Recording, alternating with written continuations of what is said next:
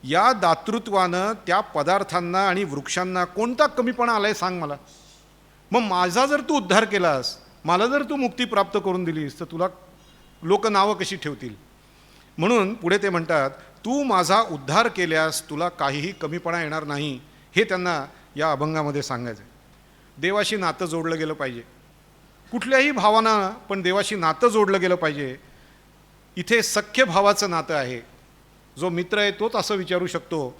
आणि इथं सख्य भक्ती आपल्याला तुकाराम महाराजांच्या या अभंगामध्ये पाहायला मिळते.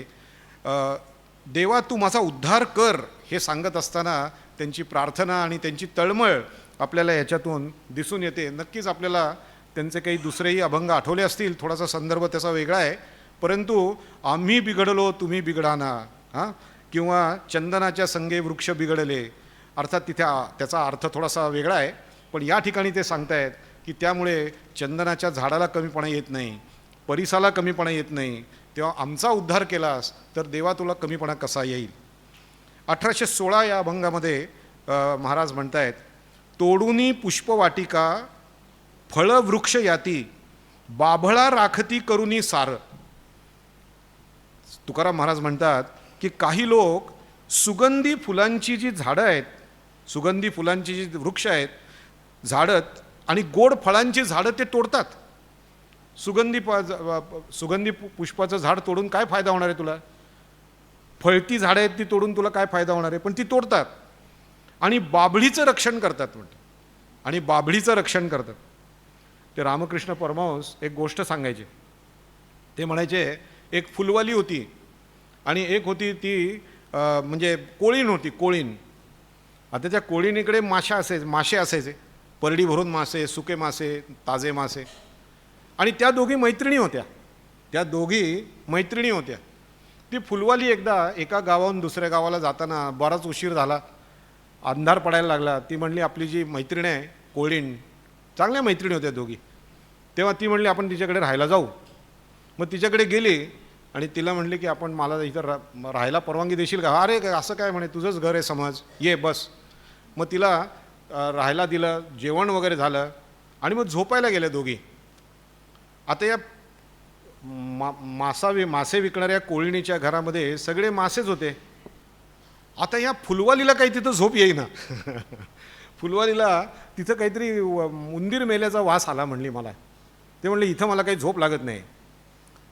तर ती मी थोडं उलटं सांगितलं, ती कोळीण गेली होती त्या फुलवालीकडे आणि त्या फुलवालीला त्या कोळीणीला काय फुलाच्या वासात काही झोप येईना तिला. मी उलटं सांगितलं, मला माफ करा.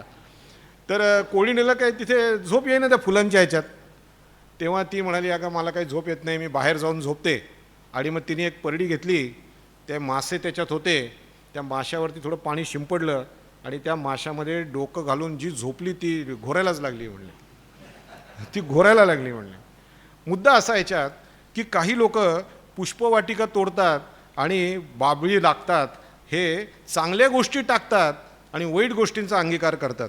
पुढे महाराज म्हणतात, कोण हित तेणे देखिले आपुले आणिक पाहिले सुख काही. त्यांनी असं करण्यामध्ये स्वतःचं हित तरी साधलं का आणि त्यांना सुख तरी काय मिळालं, असा प्रश्न तुकाराम महाराज इथे विचारतात. धान्य बीजे जेणे जाळोनी सकळे पेरितो कारहाळे जिरे बीज. कारळे म्हणजे कारलं, कडू कारलं, कारळे आणि जिरा असे ते पेरतात म्हणले. माझा अभ्यास एवढा नाही तुमच्यासारखा, परंतु फार चांगली गोष्ट आहे की तुम्ही पण मला मदत करताय. तर त्यांनी चांगले धान्याची जी बियाणं आहेत ती जाळून टाकली. एखाद्या शेतकऱ्याने धान्याची बियाणं जाळून टाकली आणि कडू कारल्याची आणि जिऱ्याची बीजाची पेरणी केली म्हणले. आता याचा कोणाला उपयोग होणार आहे, त्या कारल्याचा किती उपयोग होईल. रोज कारलं जेवायला दिलं तर कोण खाईल का, रोज नाही खाणार. गोंदवलेकर महाराज म्हणायचे, आम्ही दुकान टाकलंय केशर कस्तुरीचं, आम्ही दुकान टाकलंय केशर कस्तुरीचं, पण गिराईक सगळं हिंग मिरायचं म्हणले. इथे येऊन काय मागतात, मला मुलगा दे, मला नोकरी दे. अरे मी दुकान काढले केशर कस्तुरीचं, गिराईक सगळं हिंग मिरायचं म्हणले. तसं चांगल्या गोष्टी टाकून वाईट गोष्टींचा अंगीकार करतो. पुढे ते म्हणतात, पुढच्या अभंगामध्ये म्हणतात की एखादा मनुष्य मोडोनिया वाटा पुढिलांची सोय आडराने जाय घेऊनी लोका. म्हणजे ते म्हणतात एखादा मनुष्य इतरांना सोयीचे असणारे जे मार्ग आहेत ते मोडून टाकतो आणि सगळ्यांना आड मार्ग जो आहे तो आड मार्गाने त्यांना नेतो. विषाचे अमृत ठेवणी नाम करीतो अधम ब्रह्महत्या. एखाद्या अमृताचं नाव घेऊन ब्राह्मणाला विष पाजतो आणि ब्रह्महत्या करतो. तुका म्हणे त्यास नाईके सांगता तया हाल करिता पाप नाही. कडक बोलतायत तुकाराम महाराज इथे खूप. ते म्हणतात असा नीच मनुष्य जर असेल, चांगली झाडं तोडतो आणि वाईट झाडं वाढवतोय, एखाद्या माणसाला अमृत आहे असं म्हणून विष पाजायला देतोय, असा जो दुष्ट प्रवृत्तीचा माणूस आहे त्याच्याशी कसं वागलं पाहिजे ते सांगतायत. ते म्हणतायत असा नीच मनुष्य असेल आणि जर तो उत्तम गोष्टी करायला नकार देईल तर त्याचे हालहाल करून देखील कोणालाही पाप लागणार नाही, असं तुकाराम महाराज इथे सांगतात. मला आठवत आहे एका ठिकाणी मी एक प्रसंग पाहिला होता. एका चित्रपटात तो प्रसंग होता. त्याला गांधीजींचं फार प्रेम लागतं आणि तो अहिंसक बनतो. तर त्याला एकदा मारामारीचा प्रसंग येतो, त्याला गांधीजी आठवतात आणि मग तो एक गाल पुढे करतो. त्याला तो दुसरा माणूस गालावर मारतो, तो दुसरा गाल पुढे करतो, त्याच्यावरही मारतो. तेव्हा तो तिसरा मारण्याच्या आधी त्या दुसऱ्या माणसाला अगदी बदडून काढतो.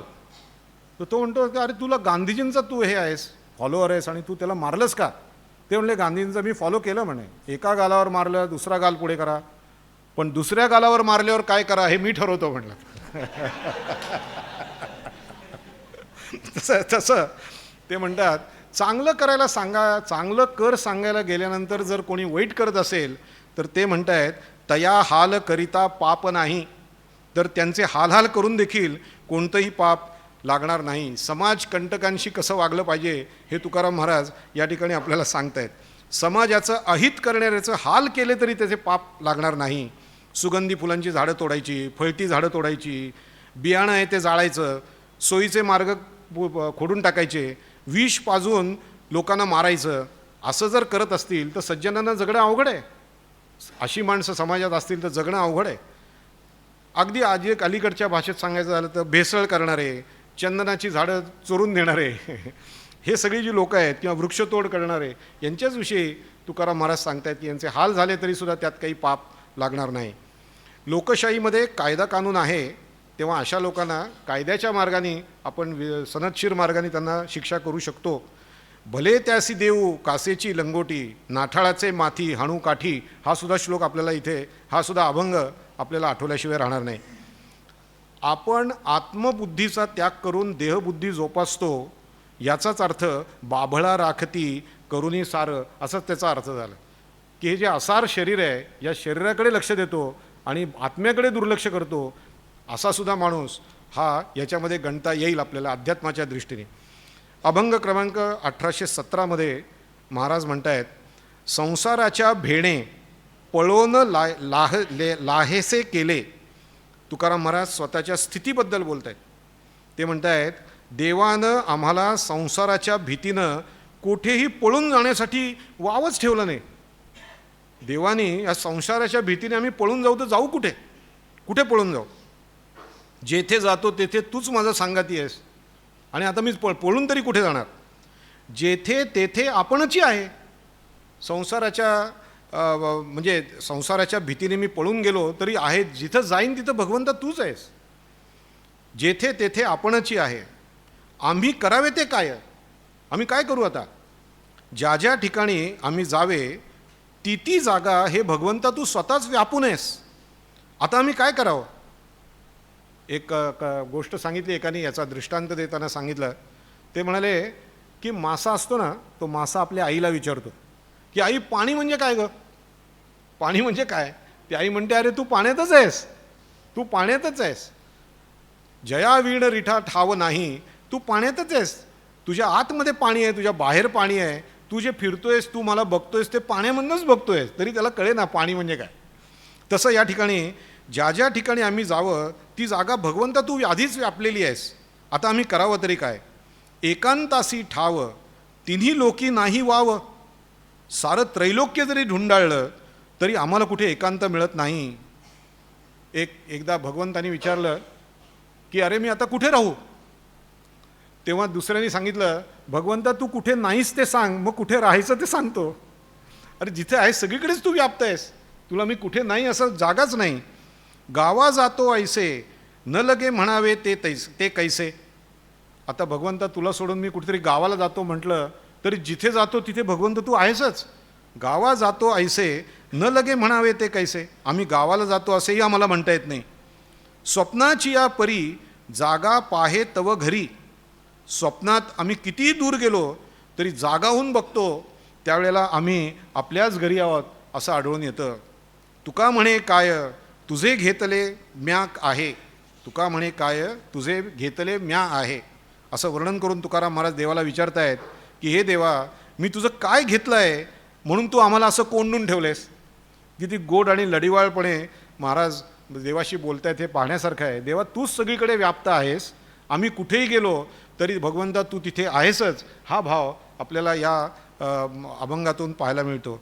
या ठिकाणी आपल्याला त्या देवडीकर महाराजांच्या अर्थामध्ये त्यांनी दिलं आहे. ते म्हणतात या ठिकाणी आपल्याला ठेविले अनंते तैसेची राहावे या अभंगाची सुद्धा आठवण होईल. चराचरामध्ये भगवंतच भरलेला आहे, भगवंत नाही अशी जागा नाही.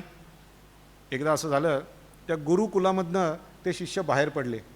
शिष्य बाहेर पडल्यानंतर आता कोणी घरी जायचं म्हणजे कॉन्व्होकेशन सेरिमनी हल्लीच्या भाषेत सांगायचं तर कोणाला डिग्री द्यायची आणि कोणाला रिपीटर म्हणून बसवायचं. त्याच्यासाठी गुरु म्हणाले की हे केळं घ्या म्हणले. सगळ्यांना केळं दिलं त्यांनी आणि सांगितलं अशा ठिकाणी जाऊन खा की जिथे तुम्हाला कोणी बघणार नाही. तेव्हा त्यातले 2 शिष्य गेले. एकाने झाडाच्या मागे गेला आणि त्यांनी ते केळं खाल्लं. आला आणि महाराजांना त्या गुरुजींना म्हणाला, गुरुजी झाडाच्या पाठीमागे जाऊन मी केळं खाल्लं, तिथं कोणीच नव्हतं, एकही माणूस नव्हता तिथे. दुसरा पण आला, त्यांनी केळं खाल्लेलं होतं. तो म्हणाला की मी एका खोलीमध्ये गेलो, दारं खिडक्या बंद केले, कोणी मला बघत नव्हतं, तिथे बसून मी केळं खाल्लं. तिसरा जो होता तो शिष्य आला आणि गुरूंना म्हणाला, मी कुठेही जाऊन कुठेही केळं खाऊ शकलो नाही, हे घ्या केळं म्हणले, परत घ्या. ते म्हणाले, अरे तू खाल्लं का नाही. बघ हा म्हणे झाडाच्या मागे गेला आणि तिथे त्यांनी केळं खाल्लं. हा खोलीमध्ये बसला दारं खिडक्या लावून, तिथे कोणी नव्हतं, तिथे त्यांनी केळं खाल्लं. तुला अशी जागा सापडली नाही. तो म्हणाला, मी कुठेही गेलो तरी देव मला बघत होता ना. देव मला बघत होता मी कुठेही गेलो तरी. अशा पद्धतीने तो ते केळं खाऊ शकला नाही, कारण जिथे कुठे मी जाईन तिथं देव मला पाहतो आहे, तिथं देव आहेच आणि तो मला पाहतोय. हा भाव आपल्याला या अभंगामध्ये पाहायला मिळतो. म्हणून 9व्या अध्यायातल्या 30व्या श्लोकामध्ये भगवान श्रीकृष्ण अर्जुनाला म्हणतात, यो माम पश्यति सर्वत्र सर्वं च मयि पश्यति तस्याहं न प्रणश्यामि सच मे न प्रणश्यति. मनाच्या श्लोकामध्ये 195वी श्लोक आहे. त्याच्यात समर्थ रामदास स्वामी म्हणतात, बसे हृदयी देव तो जाण ऐसा नभा परी व्यापुकू जाण तैसा सदा संचला येत ना जात काही तया वीण कोठे रिता ठाव नाही. त्याच्याशिवाय रिकामा अशी जागाच नाही कुठे. ह्याच भाव संत तुकाराम महाराज आपल्याला या ओवीतून सांगतायत. साधू दिसती वेगळा आले परी ते स्वरूपी मिळालेले अवघे मिळून एकची झाले देहातीत वस्तू. हे आपल्याला सगळ्या ठिकाणी रामकृष्ण याला फार विनोदाने म्हणायचे की सगळ्या कोल्ह्यांची कोल्हेकुई सारखी असते असं म्हणायचं. ते कोल्हे जरी वेगळे असले तरी त्यांची कोल्हेकुई सारखी असते. तशी संत जरी शरीराने वेगळे दिसले तरी ते जे सांगतायत ते एकच असतं म्हणले. तसं रामदास स्वामी बघा, संत तुकाराम महाराज बघा, ज्ञानेश्वर माऊली बघा, ते जे सांगतायत ते जे इंगित करतायत ते एकच आहे. म्हणून सदा सर्वदा राम सन्निध आहे मना सज्जना सत्य शोधून पाहे. सदा सर्वदा राम तुझ्या सन्निध आहे, शोधून पहा म्हणजे तो तुला सापडेल. रामकृष्ण म्हणतात की ईश्वर असं म्हणतो की सापाच्या रूपानं मीच तुला चावतो आणि मांत्रिकाचं रूप घेऊन मीच तुझं विष उतरवतो, मीच अधिकारी बनून आज्ञा देतो आणि मीच शिपाई बनून ती आज्ञेचं पालन करतो. जिथे कुठे जाशील तिथं मीच आहे. तया वीण रिठा ठाव नाही. चराचरामध्ये भगवंत साठलेला आहे. हेच तुकाराम महाराज आपल्याला या ठिकाणी सांगतायत की मी स्वप्नात असलो, जागा झालो की कळतं की देवा मी तुझ्याच आधिपत्याखाली आहे. 1818व्या अभंगामध्ये महाराज म्हणतायत, आपण काय सादर विशी आम्हा का निष्ठुर. इतर लोकांचा उद्धार करण्याच्या बाबतीत हे देवा तू तत्पर आहेस. हे मात्र तुकाराम महाराजांच्या अभंगांमध्ये आपल्याला वारंवार आढळेल की देव इतरांना जरा पक्षपात करतोय आणि माझ्या बाबतीत मात्र तो प्रेम करत नाही आहे, असा भाव त्यांच्यामध्ये आपल्याला बऱ्याच ठिकाणी आढळेल. तसाच इथेही आढळतो. इतर लोकांचा उद्धार करण्यासाठी देवा तू तत्पर आहेस, मग आमच्या बाबतीत का बरं निष्ठूर झालायस, असा प्रश्न ते सख्य भक्तीतून त्यांना विचारतात.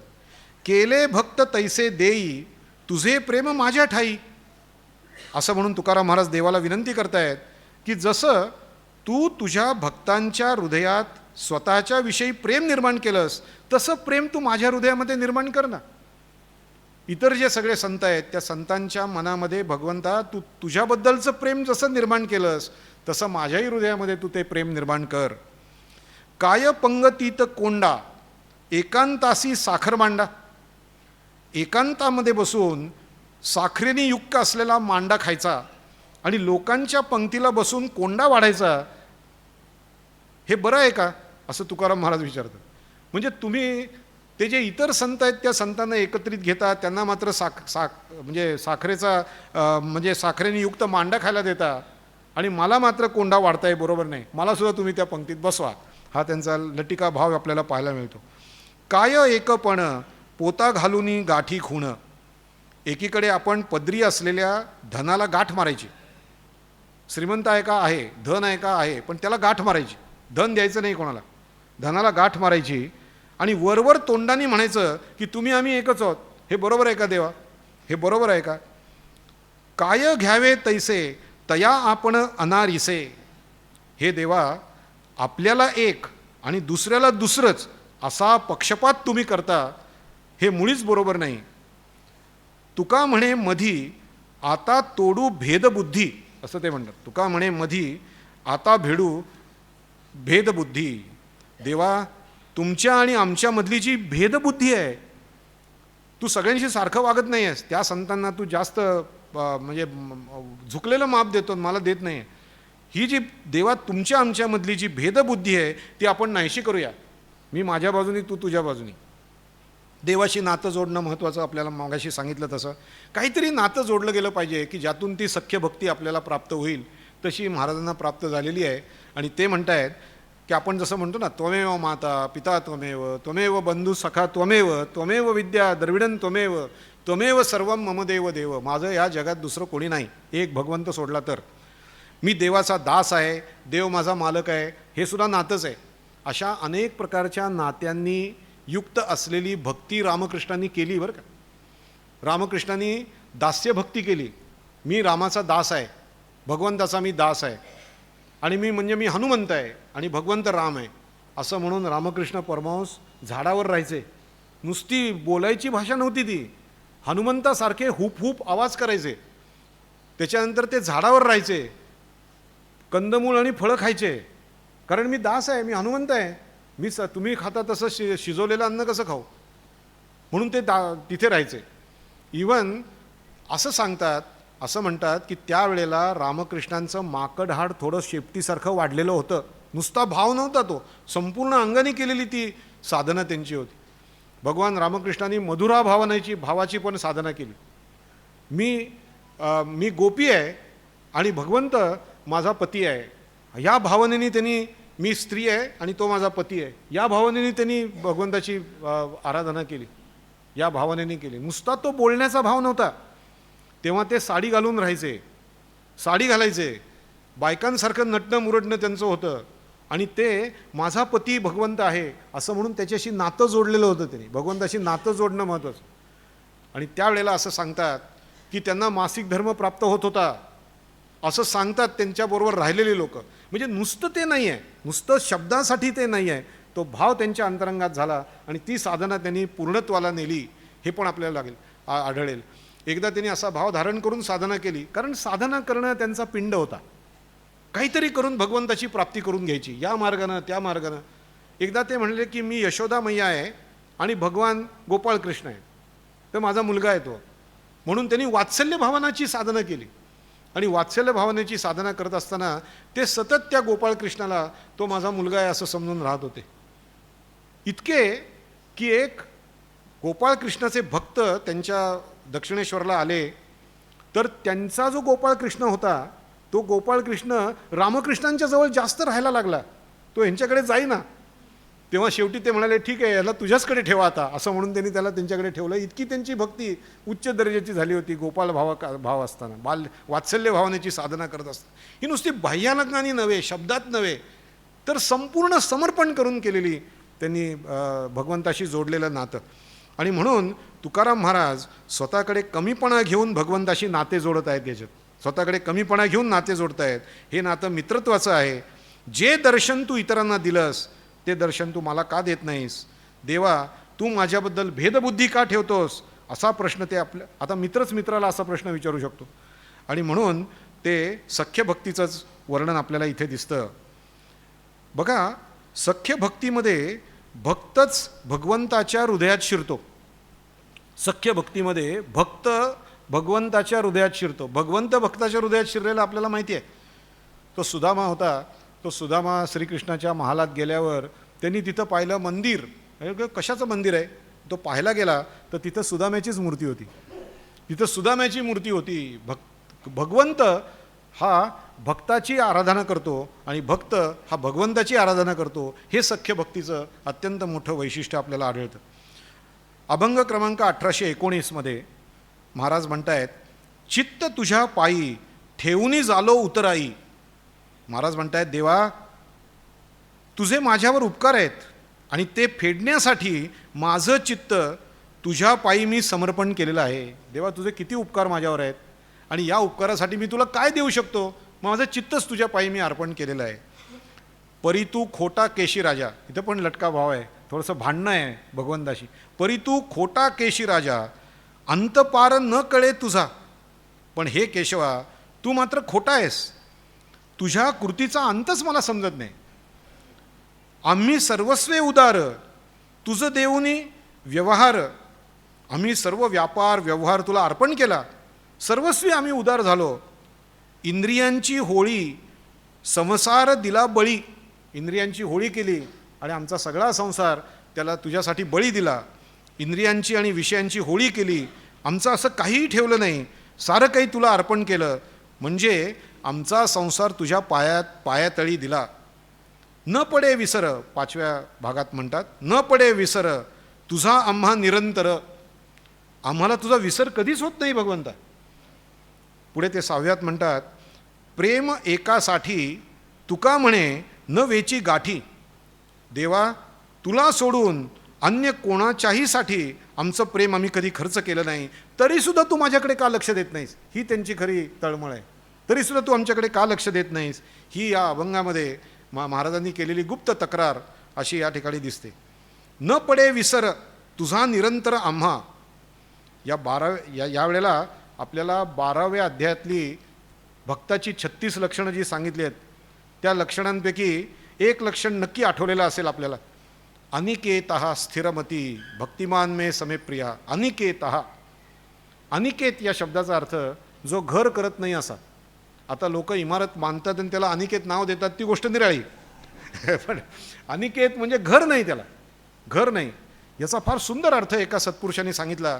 ते म्हणाले, अनिकेत म्हणजे केवळ घर न बांधणं एवढंच नव्हे, चित्ताच्या प्लॉटवर कोणाला घर बांधून न देणं म्हणजे अनिकेत.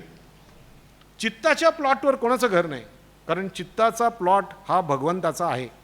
भगवंताच्या प्लॉटवर कोणालाही घर बांधून द्यायचं नाही. काय असतं, आपण चित्ताच्या प्लॉटवर अनेकांना घरं बांधून देतो. ही माझी बायको, हा माझा मुलगा, हे माझे नातेवाईक, हा माझा मित्र. अनेक जणांनी तिथं घरं बांधलेली असतात. आणि अशी अनधिकृत बांधकामं उद्ध्वस्त करायला सुपर बुलडोझर बाबा भगवंत आहेत. ते सुपर बुलडोझर बाबा आहेत. ते बरोबर ही सगळी बांधकामं नष्ट करतात. असा काय अनुभव देतात बायकोबद्दलचा, असा काय अनुभव देतात मित्राबद्दलचा, की पुन्हा करत तिथं कधी त्याचं घर बांधायची इच्छा होत नाही. चित्ताचा प्लॉट केवळ भगवंताचा आणि भगवंताचा आहे. याला म्हणतात अनिकेता स्थिरमती बुद्धिमान मे समेप्रिया. अनिकेता म्हणजे स्वतःच्या चित्ताच्या प्लॉटवर तो कुणालाही ते घर बांधून देत नाही. चित्तामध्ये भगवंत सोडला तर दुसरं काहीच असत नाही. Take interest in everybody but love God and God alone. सगळ्यांमध्ये रस घ्या, परंतु प्रेम मात्र फक्त एकमेव भगवंतावरती करा. याला स्वामी विवेकानंद म्हणतात डिटॅच्ड अटॅचमेंट. ते म्हणतात डिटॅच अटॅचमेंट. संसारात राहा, पण कसं राहा म्हणतात ते म्हणतात डिटॅच होऊन संसारात राहा. सगळ्या गोष्टींचा त्याग केला असावा आणि मग तुम्ही संसारात राहा, म्हणजे तो संसार तुम्हाला म्हणजे बंधनकारक होणार नाही. रामकृष्ण म्हणायचे होडी पाण्यात असू द्या, कारण होडी पाण्यात असण्यासाठीच तयार केलेली आहे. तो या तीरावरनं त्या तीरावरती जाण्यासाठीच ती होडी तयार केलेली आहे. होडी पाण्यात असू द्या, पाणी होडीत शिरून देऊ नका, असं ते म्हणायचं. पाणी होडीत शिरून देऊ नका. संसारात राहा, कारण संसाराशिवाय आपल्याला जगता येणार नाही. संसारात राहा, पण संसार आपल्यात शिरून देऊ नका, असं ते सांगायचं. तेव्हा ते ह्याही ते सांगतायत की आम्ही इंद्रियांची होळी केली. या ठिकाणी सगळ्याला आपल्याला हाच भाव दिसेल की भगवंत आमच्या चित्तावर फक्त आम्ही तुला स्थान दिलं, पण तू आम्हाला तुझं दर्शन का देत नाहीस. रामकृष्ण म्हणतात भगवंतासाठी व्याकुळ असलेला साधक हा कधीही खाण्यापिण्याच्या किरकोळ गोष्टींची, तुच्छ गोष्टींची चिंता करत नाही. देवासाठी जर चित्त वाहिलेलं आहे तर चित्तामध्ये चितळीची बाकरवडी नसली पाहिजे.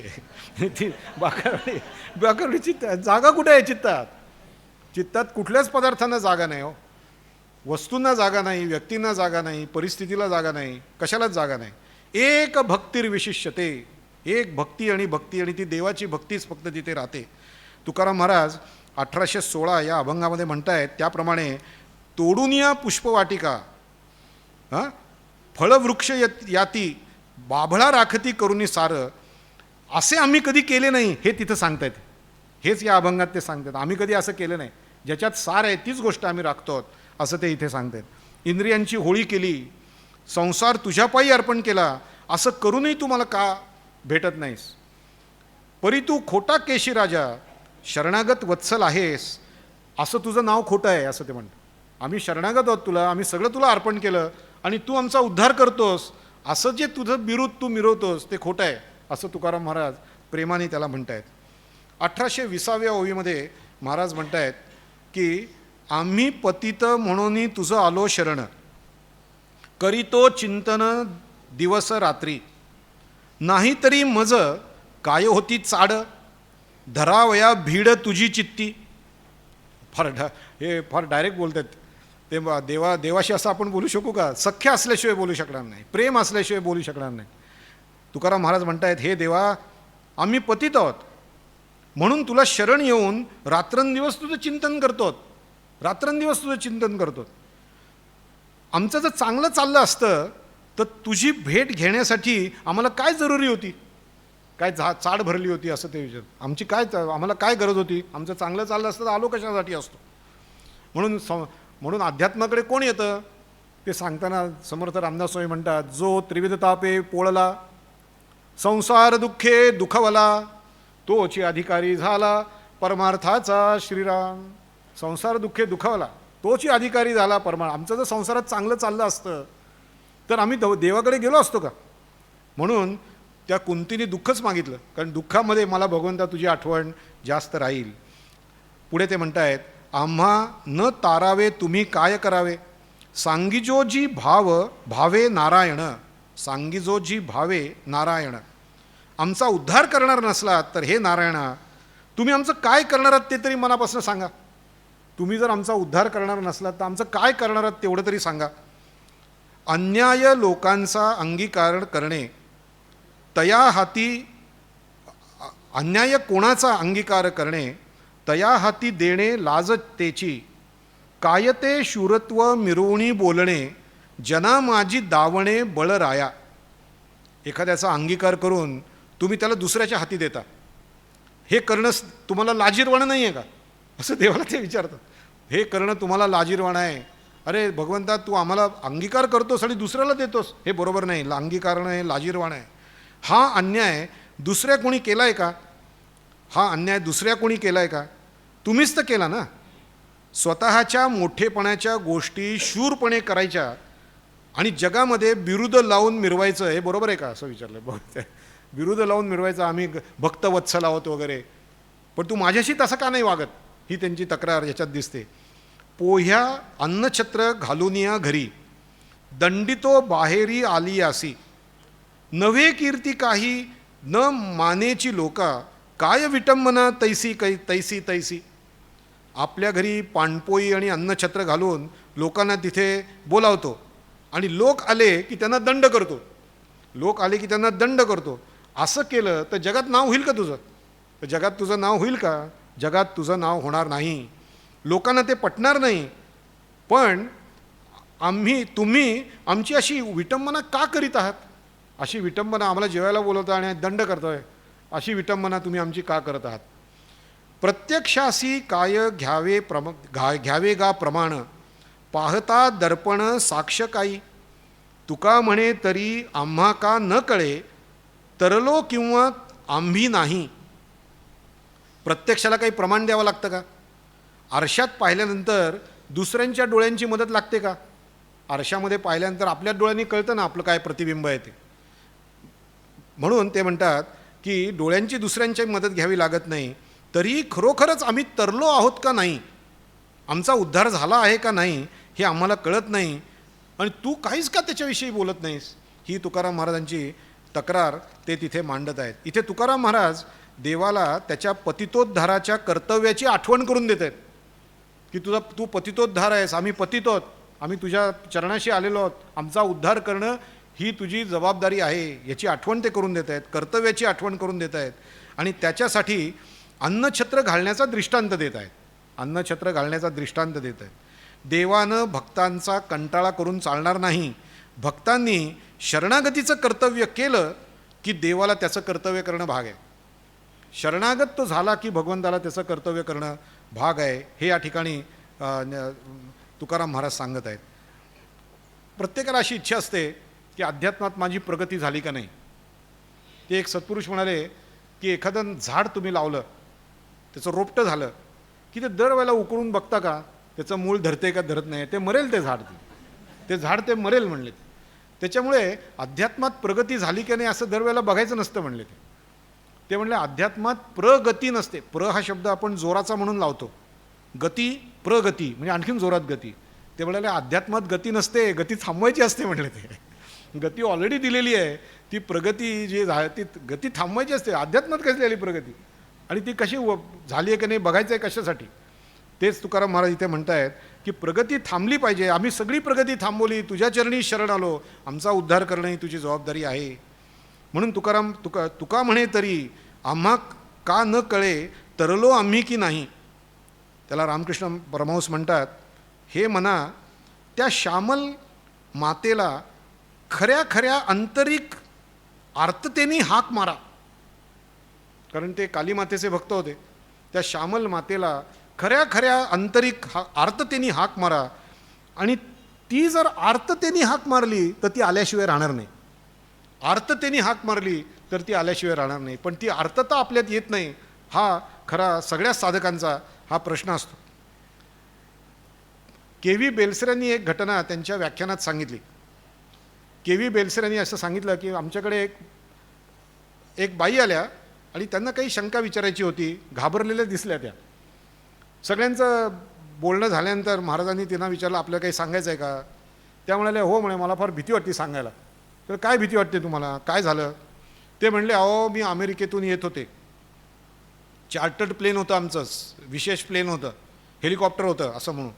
आणि म्हणे मी येत असताना माझं तान्हं बाळ माझ्या कडेवर होतं, आणि त्या वैमानिकांनी सांगितलं की सगळ्यांनी खाली उड्या मारा, हे याच्यात बिघाड झालेला आहे विमानात काहीतरी. आता खाली उड्या मारा सांगितल्यानंतर ते पॅराशूट बांधलं म्हणे आम्ही, आणि खाली उड्या मारायच्या म्हणून खाली जाताना मी महाराजांना हाक अगदी म्हणे मी बाळाला कडेवर घेतलेलं होतं, एका हाताने पॅराशूट धरलेलं होतं, आम्ही खाली उतरत होतो, आणि आता जमीन दिसायला लागली खाली, आता मी तिथे आपटले तर मरणार, माझं मूल पण मरणार असं दिसलं, आणि मी जोरात हाक मारली महाराज, अशी हाक मारली महाराज. आणि त्याबरोबर त्यांनी डोळे मिटून घेतले, कारण पॅराशूटचा हात सुटला होता. महाराज म्हणून हाक मारली त्यांनी. आणि ती हाक मारल्यानंतर त्या जेव्हा पडल्या, त्या गवताच्या गंजीवर पडल्या, विमानातनं पडलेली बाई, त्या गवताच्या गंजीवर पडल्या आणि ते मूल त्यांच्या छातीवर होतं आणि ते हसत होतं. त्याला काहीच कळत नव्हतं काय झालं, त्याला त्या मुलाला काहीच कळत नव्हतं. तेव्हा के.व्ही. बेलसरे त्या बाईंना म्हणाले, बाई, तुमच्या हातातून पॅराशूट सुटताना तुम्ही महाराज ही जी हाक मारली ती पुन्हा एकदा मारून दाखवता का म्हणले. ते म्हणले, नाही, आता नाही मारता येणार. ती अर्थता, त्या अर्थतेने की देवा मी आता मरणार आता. ते उदाहरण आपल्याला सगळ्यांना माहिती आहे की ते गुरुनी त्या शिष्याला त्या पाण्यामध्ये डुबी दिली आणि सांगितलं की आता काय होत आहे. म्हणलं, अरे मी मेलो असतो ना पाणी नाका तोंडात जाऊन. ते वरती आला तो आणि तो म्हणा, हे असं काय करताय, मला इथे तुमच्याकडे शिकायला आलो मी, मला बुडी देत आहे. ते म्हणले, जेव्हा तू प्राणवायूसाठी असा तडफडशील, जसा तू तडफडतोयस आत्ता प्राणवायूसाठी, तसा तू भगवंताच्या प्राप्तीसाठी तडफडशील, तेव्हा देव तुला प्राप्त होईल. तेच इथं ते सांगतायत की आपण आंतरिक हाक मारल्याशिवाय भगवंत येणार नाही. आणि ती आंतरिक हाक मारण्यासाठी रामकृष्ण परमहंस एक छान दृष्टांत द्यायचे. ते म्हणायचे, भक्ताचं फार छान असतं म्हणे. भक्त मांजरीच्या पिल्लासारखा असतो म्हणे. त्याला काही कळत नसतं, त्याला भूक लागलेली कळत नाही, पाणी प्यायचं कळत नाही, तर धोका आहे कळत नाही, फक्त ते म्याव म्याव म्याव म्याव करत राहतं म्हणले. म्याव म्याव करत असलं की ते आईला कळतं म्हणे. आणि मग तिला कळतं की आता याला दूध पाहिजे. मग आई त्याला धरते आणि त्याला दूध पाजते. त्याला थोड्या वेळाने तो त्या दूध प्यायल्यानं थोड्या वेळ शांत बसतो, मग परत म्याव म्याव म्याव म्याव करत लागतो. ते पिल्लू म्याव म्याव करायला लागलं की आईला कळतं की आता याला पाणी पाहिजे, त्याला पाणी देते. तसं म्हणे भक्तांनी नेहमी नामस्मरण करत म्याव म्याव करत राहावं म्हणले. देवाला बरोबर कळतं काय याला द्यायचं आहे ते, असं त्यांनी ते सांगितलं. म्हणून त्या ठिकाणी आंतरिक हाक त्या नामस्मरणातनं मारली गेली पाहिजे. म्हणून ते म्हणतायत, तुका म्हणे आम्हा न कळे तरलो आम्ही की नाही ते तरी सांगा आम्हाला. एवढं आम्ही अर्थतेने तुम्हाला बोलवतोय. अभंग क्रमांक 1821 महाराज म्हणतायत, काग बग रिठा मारिले बाळपणी अवघी दैत्य खाणी बुडविली. तुकाराम महाराज लोकांना म्हणतायत, अहो ज्या देवानं बाल्यावस्थेत असताना आघासूर, बकासूर आणि रिठासूर अशा असुरांना मारलं आणि दैत्यांचा वंशच्या वंश खलास केला, तो मज दावा. इथं त्यांची तळमळ दिसते, दोनदा म्हटलंय तसं. तो मज दावा नंदानंदन जीवा आवडे तो लहानसा श्रीकृष्ण मला दाखवा हो, कारण तो नंदाचा मुलगा श्रीकृष्ण माझ्या जीवाला फार प्रिय आहे. गोवर्धनगिरी उचलिला करी गोकुळ भीतरी राखी येले. ज्यानं आपल्या हाताच्या करंगळीवर गोवर्धन पर्वत उचलून धरला आणि त्याच्या खाली गोपाळांचं रक्षण केलं. वधूनी भैस्मासुरा आणिल्या गोपांगना राज्य उग्रसेना मथुरेचे. भैस्मासुराला मारून त्यापासून गोपींना सोडवलं आणि उग्रसेनाला मथुरेचं राज्य दिलं. तो जो कृष्ण आहे तो कृष्ण मला दाखवा. हे कृष्णा तू मला भेट. पांडव जोहारी राखिले कुसरी विवरा भीतरी चालविले. ज्यानं पांडवांना जळत्या त्या लक्षाग्रहातून, लाखेचं जे घर होतं त्या घरामधनं त्यांचं रक्षण केलं आणि एका भुयारामधनं त्यांना वाचवलं. हे ते जे सुचवलं ते कृष्ण मला दाखवा, असं तुकाराम महाराज म्हणतात.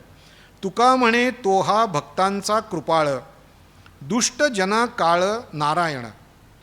तो हा नंदांचा नंदन भक्तांच्या विषयी कृपाळू आहे आणि दुर्जनांचा काळ आहे. महाराज इथे सांगतायत, तो मज दाखवा असं दोनदा म्हटलं आहे. यात देवाच्या दर्शनाची तळमळ आपल्याला या अभंगामध्ये दिसते, व्याकुळता दिसते. मला तो गोपाळकृष्ण दिसेल का, ही तळमळ लागलेली आहे.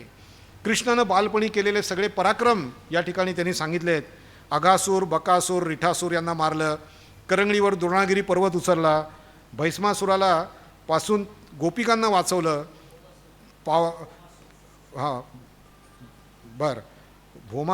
भोमासुरापासून त्या गोपिकांना वाचवलं, पांडवांना लक्षाग्रहातून सोडवलं. त्या कृष्णानं मला दर्शन द्यावं. तळमळ लागली पाहिजे, तळमळीशिवाय काही होणार नाही. असा अर्थ आपल्याला या ठिकाणी या अभंगामध्ये दिसतो. आता कसं आहे, आपण आपल्या बुद्धीने तो अर्थ काय आहे असं म्हणतोय. तुकाराम महाराजांच्या यात काय म्हणायचं त्यांचं त्यांना ठाऊक आहे. खरं आपण आपल्या बुद्धीने त्याचा अर्थ काढत असतो. एकदा असं झालं, मंगेश पाडगावकर SP कॉलेजमध्ये त्यांची एक कविता पुस्तकात होती, ते कशी शिकवत आहेत म्हणून पाहायला गेले ते आणि शेवटच्या बाकावर बसले आणि ते शिक्षक शिकवत होते त्यांची कविता आणि ते शिकवताना ते शिक्षक म्हणाले, यामध्ये कवीला असं म्हणायचं आहे, यामध्ये कवीला असं म्हणायचं आहे, यामध्ये कवीला असं दाखवायचं आहे वगैरे वगैरे सांगत होते. नंतर ते ज्यांनी कविता लिहिली होती ते तिथे उभे राहिले ते आणि ते म्हणाले की अहो असं कशावरनं तुम्हाला वाटतं त्यांना असं म्हणायचं आहे. ते म्हणले नाही कवीला असं म्हणायचं आहे. ते म्हणले अहो ही कविता लिहिली आहे तो कवी मी आहे आणि मला असलं काही म्हणायचं नाही. हे एवढं मला काही म्हणायचं नाही, म्हणायचं आहे दाखवायचं आहे, ते असलं काहीतरी अपराध आमच्याकडनं होऊ नये ही गोष्ट फार महत्त्वाची आहे. आपण म्हणून ते आधार घेतलेला बरा, संत पुरुषांच्या उक्तीचा आधार घेतलेला बरा. म्हणून या ठिकाणी मुख्य आहे तळमळ लागली पाहिजे. तो कृष्ण मला भेटावा, तो मज दाखवा, तो मज दाखवा असं म्हणण्यामध्ये आपल्याला ती तळमळ आपल्याला दिसते.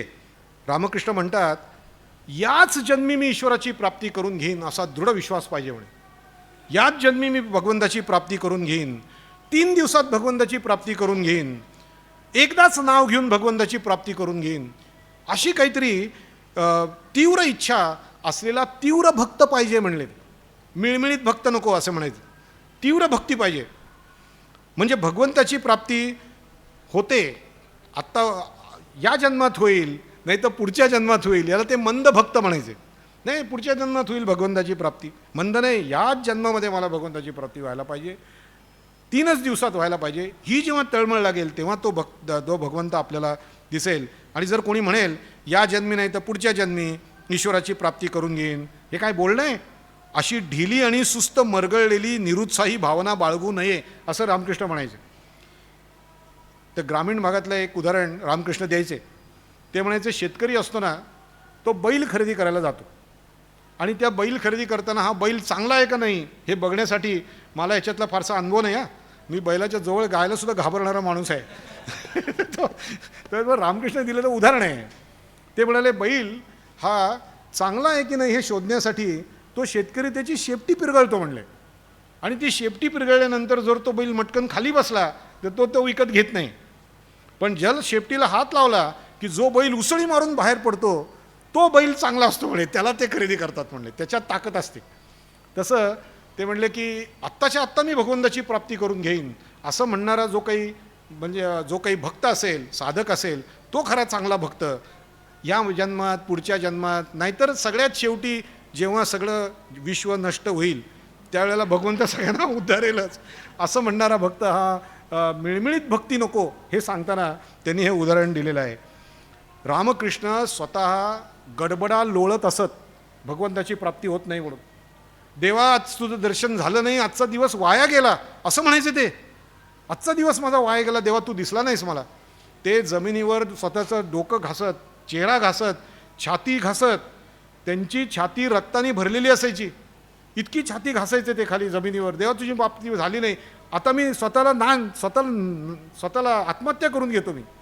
म्हणून त्यांनी काली मातेच्या हातात असलेलं खड्ग घेतलं आणि स्वतःच्या मानेवर म्हणले, तुझं दर्शन होत नाही, जगून उपयोग काय? आणि म्हणून ते खड्ग स्वतःच्या मानेवर चालवणार एवढ्यात वरच्यावर ते खड्ग मातेने हातात घेतलं आणि त्यांना चिन्मयी रूपामध्ये, मृण्मयी रूपात चिन्मयी दर्शन दिलं मातेने. जेव्हा सगळ्या अर्पण करायला तयार झाले तेव्हा तो समर्पणाचा भाव किती आहे त्याच्यात. म्हणून ते खड्ग जेव्हा मुंडकं उडवण्यासाठी सरसावले तेव्हा काली मातेने त्यांना दर्शन दिलं आणि मग मात्र काली मातेची आणि त्यांची सख्य भक्ती सुरू झाली. जे काही करतील ते काली मातेला विचारून. विवेकानंदांनी एकदा त्यांना विचारलं की तुम्हाला गळ्याचा कॅन्सर झाला आहे, तुम्ही आईला सांगा ना, आई तुमचं ऐकते, आईला सांगा की हे इथला कॅन्सर आहे तो बरा कर. काय होतं, तुम्हाला काही खाता येत नाही, तुम्ही काही खाल्लेलं नाही म्हणल्यावर आमच्या गळ्याखाली काही जात नाही, आम्हाला सुद्धा उपाशी राहायला लागतं, तेव्हा तुम्ही काहीतरी मातेला सांगा. तर रामकृष्णाची सख्य भक्ती होती. रामकृष्ण म्हणले विचारून बघतो मी आईला. ते 2 दिवस झाले. विवेकानंदांनी विचारलं, रामकृष्णांना विचारलं नरेंद्रांनी की काय म्हणाली आई, किती भक्ती असते ते बघा रामकृष्णांची. रामकृष्ण म्हणाले की अरे आई असं म्हणाली, इतक्यांच्या मुखाने कोण जेवतंय, तुला याच मुखाने जेवायला पाहिजे का, असं विचारलं ते. याच एका मुखाने तुला जेवायला पाहिजे, इतक्यांच्या मुखाने कोण जेवतंय. आणि दुसरं ते एकाला म्हणाले होते अशाच एका प्रसंगामध्ये की अरे जे विवेकानंदांनी विचारलं म्हणून त्यांनी मातेला साकडं तरी घातलं. दुसऱ्या एकाने सांगितल्यानंतर ते म्हणाले की अरे जे मन आणि जे चित्त मी भगवंताच्या पायी ठेवलेलं आहे ते चित्त तिथे काढून या एका मांसाच्या गोळ्यावर ठेवू म्हणतोस, ते नाही शक्य होणार म्हणले. याला म्हणायचं भक्ती, तीव्र भक्ती. 1822 या अभंगामध्ये महाराज म्हणतायत, तुकाराम महाराज म्हणतायत, तुझं विण देवा कोण म्हणे माझी जीवा, कोणा म्हणे माझी जीवा, तरी हो का शतखंडा पडो झडोनी रांड, झडोनिया रांड. तुकाराम महाराज म्हणतात, हे देवा माझी जीभ, माझी जिव्हा जर तुझ्याविषयी अन्य कोणालाही देव म्हणत असेल, तुझ्याविषयी म्हणजे तुला सोडून इतर कोणाला देव म्हणत असेल, तर ती रांड शतखंड होऊन झडून पडू दे. देव म्हणजे तू एकच, माझा विठो माऊला हाच देव, बाकी कोणी नाही देव.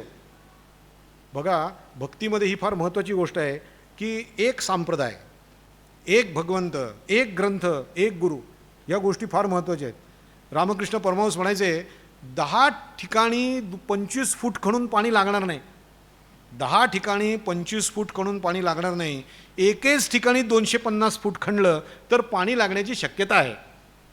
म्हणून एक ग्रंथ, एक संप्रदाय किंवा एक दैवत हे जीवनामध्ये फार आवश्यक आहे. अशी चंचल वृत्ती ही या ठिकाणी सुद्धा उपयोगी पडत नाही. ते म्हणतात जर माझी जीभ तुला सोडून इतरांना देव म्हणत असेल तर ती झडून गेलेली बरी, असं ते सांगतात. काही इच्छेसाठी करील वळवळ करंटी, काहीतरी इच्छा मनात ठेवून कोणत्या तरी मागण्या करता करता जरी वळवळ करेल तर ती जिव्हा करंटी मानावी. काहीतरी मागण्यासाठी जर जिव्हा मागत असेल, देव सोडून दुसरं मागत असेल तर ती करंटी म्हणावी. हे गोंदवलेकर महाराजांचं एक वाक्य मला आठवतं इथे. गोंदवलेकर महाराज म्हणाले की देवापाशी आपण जातो आणि मागतो म्हणे, पण म्हणे काय मागावं देवापाशी जाऊन, देवापाशी काय मागणं मागावं. तर गोंदवलेकर महाराज म्हणाले काय मागणं मागावं असं माहिती आहे का, देवा माझं मागणं बंद कर असं मागावं म्हणले. माझं मागणं बंद कर. किती मागतो आपण देवाकडे. तर जी जिव्हा जर देवाकडे काही मागायला गेली, इच्छा ठेवली मनात आणि ती इच्छा मागायला गेली तर ती जिव्हा झडून जावो. तुका म्हणे कर कटी तयाचा विसर, जो देव कमरेवर हात ठेवून उभा आहे त्याला माझा विसर पडला तर व्यर्थ त्याचं नाव घेतलं म्हणून हा जीव मी सोडून द्यायला तयार आहे म्हणे. कशाला त्याचं नाव घेतलं, तो जर कमरेवर हात ठेवून माझ्याकडे लक्षच देणार नसेल तर मी त्याचं नाव तरी कशाला घेतोय, असा एक भाव त्याच्या मनामध्ये या ठिकाणी महाराजांच्या मनात आलेला दिसतो.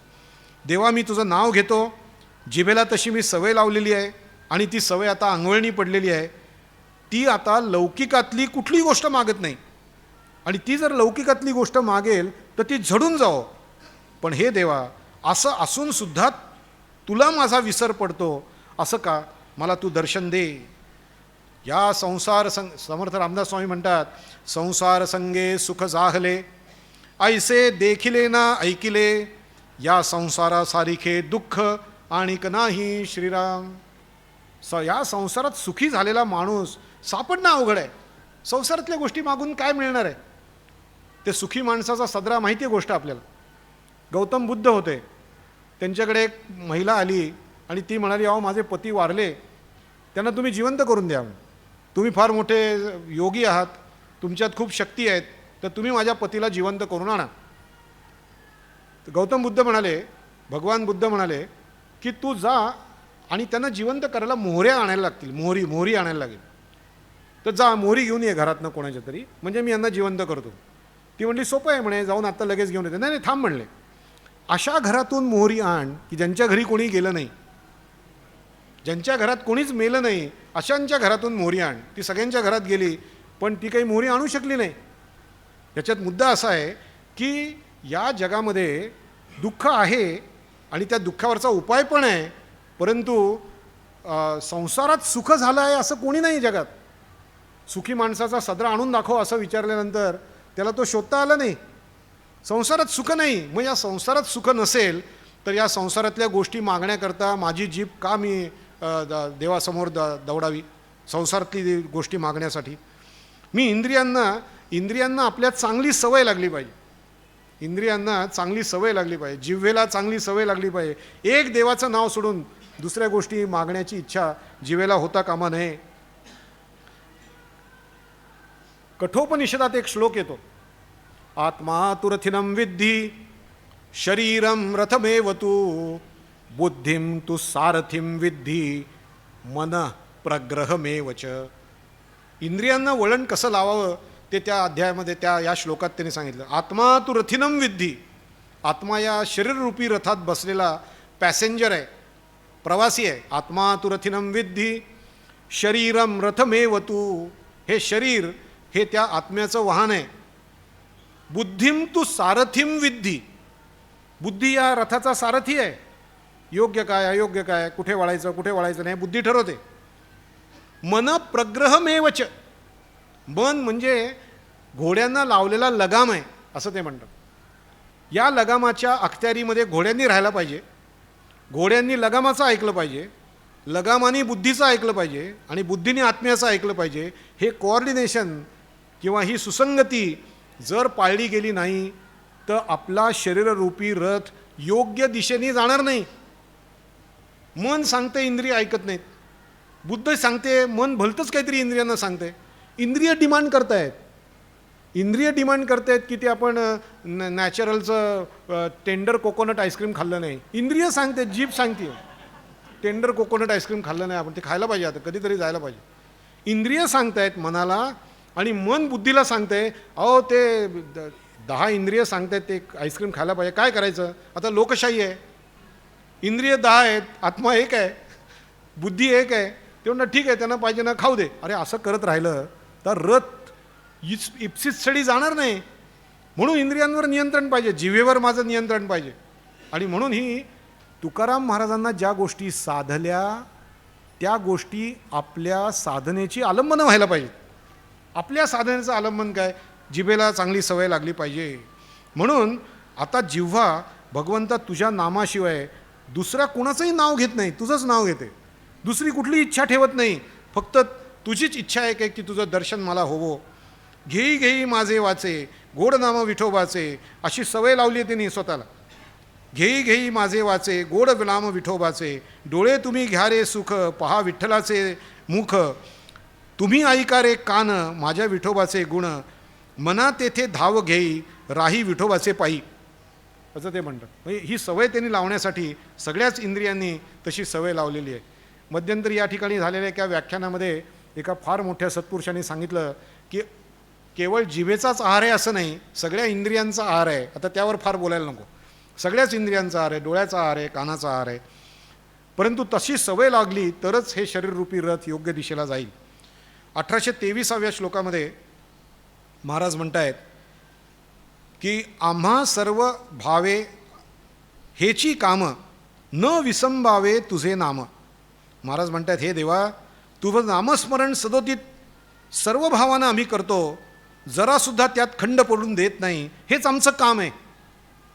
आणि आपल्याला वाटतं आपण कंपनीत काम करावं, आपल्याला वाटतं आपण कुठेतरी जाऊन एखादा व्यवसाय सुरू करावा, हेच आमचं काम आहे असं वाटायला. तुकाराम महाराजांचं काम आहे देवाचं नाव घेण्याशिवाय दुसरं माझं काही काम नाही. म्हणून ते म्हणतात न लगे करावी हे चिंता, तरणे करणे काय आता. आम्हाला आता काहीच कर्तव्य उरलेलं नाही आणि आमच्या उद्धाराची चिंताही राहिलेली नाही. आम्ही तुझं नाव घेतो, आमचा उद्धार करणं तुझी आता जबाबदारी आहे. आसनी भोजनी शयनी दुजे नाही ध्यानी मनी. आसनी भोजनी शयनी हरीशिवाय दुसरं काहीही माझ्या ध्याना मनात नाही. तू आणि तूच.